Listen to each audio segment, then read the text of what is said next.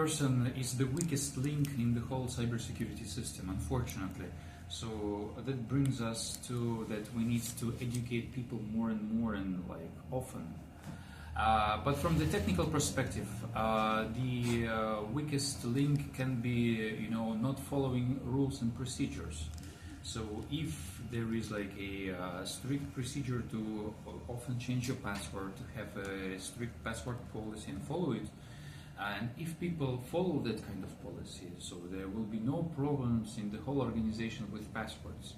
If there is a policy to update your software and hardware or firmware regularly, like there will be no problems with the appearing CVEs like 0-day or 1-day vulnerabilities.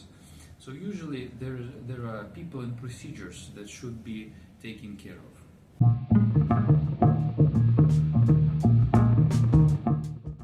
So if we will take a look on the different groups of the business sectors, for example, as you have mentioned, energy sector, oil and gas, and so on and so forth, they are being attacked pretty much at the same level. So there are different groups of cyber actors that could be facing especially this particular business area.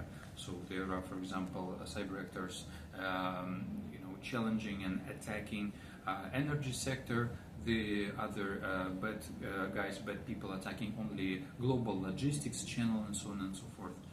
But overall, globally, the state of the cyber attacks is pretty much on the same level.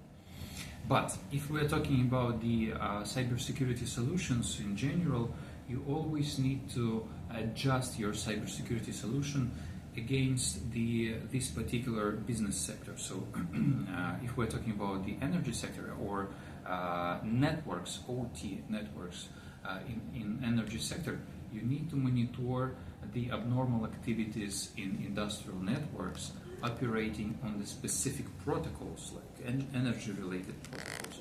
If we are talking about the logistics or oil and gas sector, they might have internally the other kinds of the industrial protocols. You need to tune your security solution to monitor those kind of industrial protocols, to spot the abnormal activity and to alert your security administrator that something is bad happening in your network.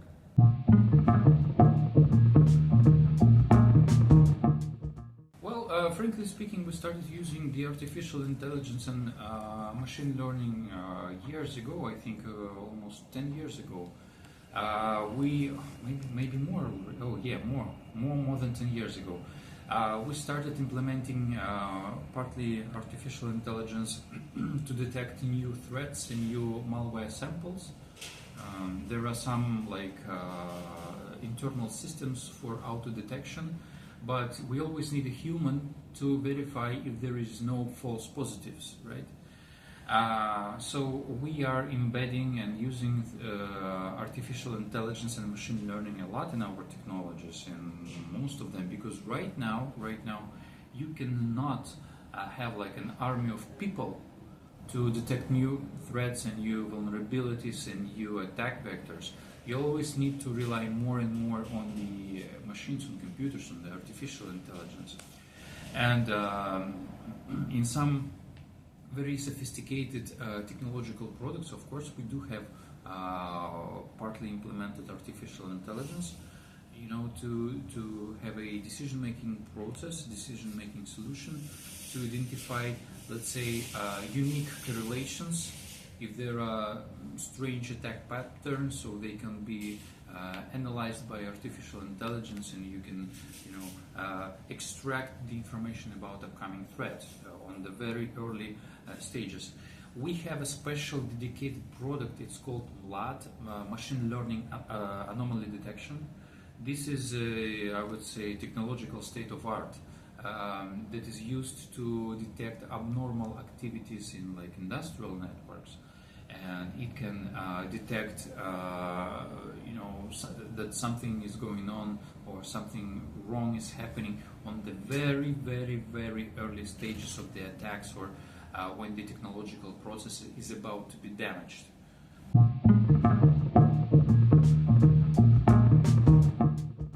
Threat intelligence is one of the most important things in the whole cybersecurity, I would say, business, because threat intelligence is not only the very interesting, readable story what happened in the other part of the world. No. Threat intelligence reports contain absolutely useful technical information about IOC's indicators of compromise, about SNORT rules, about YARA rules. So SNORT and YARA rules, those are the absolutely, let's say, plug and play things that can be used in the industrial or IT, classical IT networks to start detecting previously unknown threats or abnormal activities or threat activities. And we talk a lot to our partners, to our customers, about how to properly use the threat intelligence report. So you can just read the report and yeah, that looks cool, yeah, but what can I do with that, right? But we're explaining step by step what to do with that kind of information, how to use indicators of compromise, where you can use them to start detecting new threats, and if there is something happening in your network, right? So in the report might contain, let's say, okay, so this kind of infrastructure was damaged, or that kind of business was affected, and if your business belonged to the other group of businesses, it doesn't mean that it was not affected or was not in the scope, because, well, that's why we are embedding the SNORT, YARA rules and the indicators of compromise, so people can start threat hunting in their internal facilities, internal networks immediately.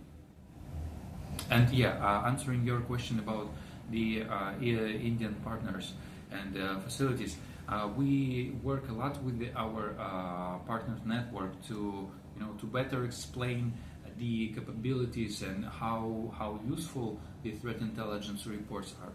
And we always keep our doors open to talk to people, to educate people, and if anyone has any kinds of questions, we are ready to have immediately a call. And because it's better to use threat intelligence rather than later use incident response and investigation services by any of the companies.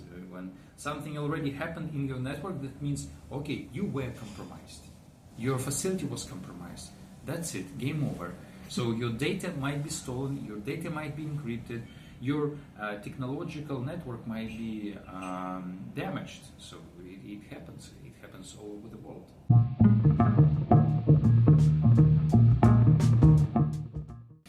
As Eugene Kaspersky mentioned in his opening words, we see Southeast Asia and Asia-Pacific region as one of the most important markets for us right now.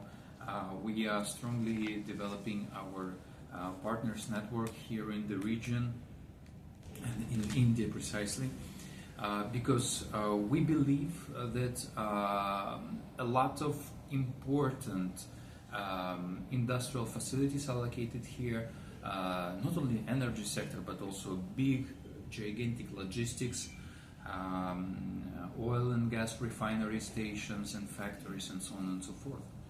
And with the technological development, unfortunately, we see a lot of cyber crime and cyber actors operating in the region. And that's why right now business need to think about how to protect the facility, how to protect the business, how to protect all the assets, and save the money, save the technology, and sometimes even keep humans alive, because unfortunately